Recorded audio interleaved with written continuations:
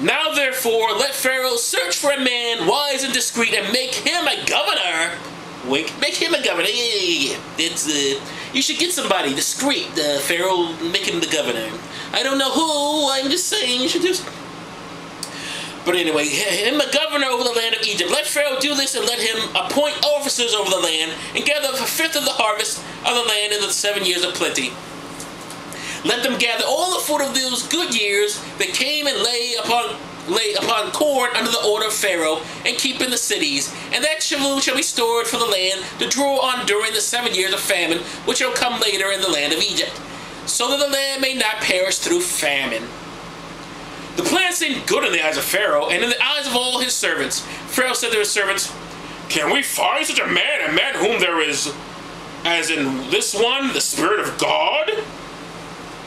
Pharaoh rewards Joseph. Gee, who saw that coming? You should find a governor. Who governor should I find? What about you, Joseph? Yeah, you know what? I could do that. After all, I've only been a slave in prison, so I think I could be a governor for a while. Yeah, I think I'll take that job. Thanks, Pharaoh. I'm sorry. I'm getting ahead of myself, but I'm assuming that's where this is going.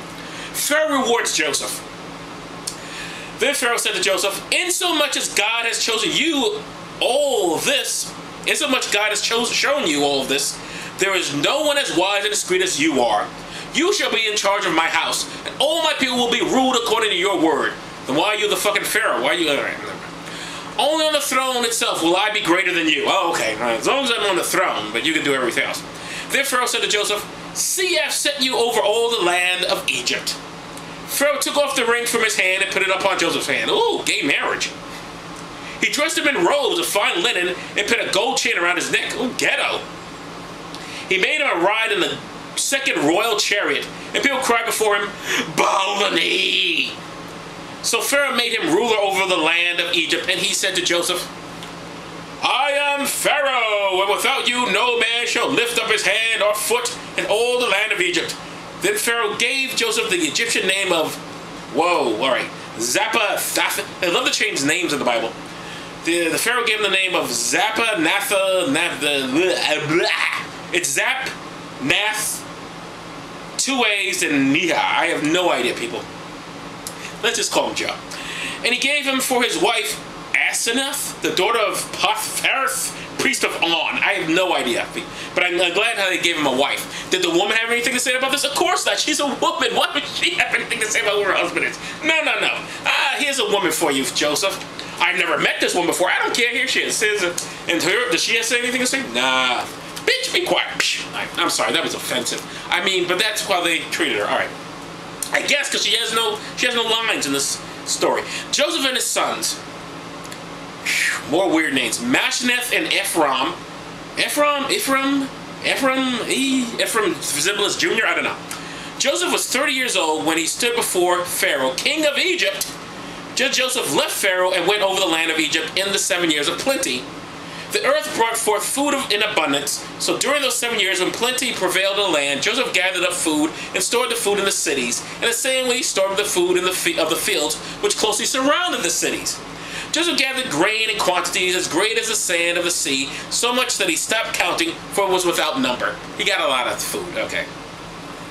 Asenath, the daughter of Pharaoh, priest of On, that's what it says, people, gave Joseph 2 sons before the years of famine. So he's like, bam, bam, ooh, I'm pregnant, I'm pregnant. Joseph called the first Manish because God, he said, has made me forget all my suffering and all my father's house. Is it Manish? It's M-A-N-A-S-S-E-H. I don't know. Manish. His son is very mannish. And the name of the second was Ephraim. Ephraim? Because God had made me fruitful in the land of my affliction. That's what he's named him, Ephraim, because God made him fruitful in the land of my affliction. He also made you a slave in the land of your affliction, and in jail. But this is all good. It's all good because you got 2 kids. Then the 7 years of plenty in the land of Egypt was ended, and the 7 years of poverty began, just as Joseph had said. Famine was in all the land, and in all the land of Egypt there was bread. But in all the land of Egypt there was bread. Then the land of Egypt was famished, and the people cried to Pharaoh for bread. And he said to all the Egyptians, "Go to Joseph and do as he tells you. Go, don't bother me with the bread." Joseph has it. That was a good Pharaoh interpretation, right? The famine spread all over the face of the earth, and Joseph opened all the storehouses and sold food to the Egyptians. He sold food to them with what money? Where did currency come from? I got all this food for you, I'm going to sell. Well, why not? He's a capitalist, I guess. He sold food to the Egyptians. The famine was severe in Egypt, but the famine was so severe in other lands that people from all countries came to Egypt to buy food from Joseph. And that is Atheist Bible Study number 12. Joseph sells a lot of food to people. Joseph is the ultimate Kentucky Fried Chicken motherfucker. Next week we're going to do Atheist Bible Study number 13 with Joseph's brothers who sold him into slavery return visit. They have a guest starring role. They come back and boy are they going to surprise what their brother is up to since they sold him into slavery. Alright, I'm Joe Dixon. Let's just have one more bit of a drinky before we go.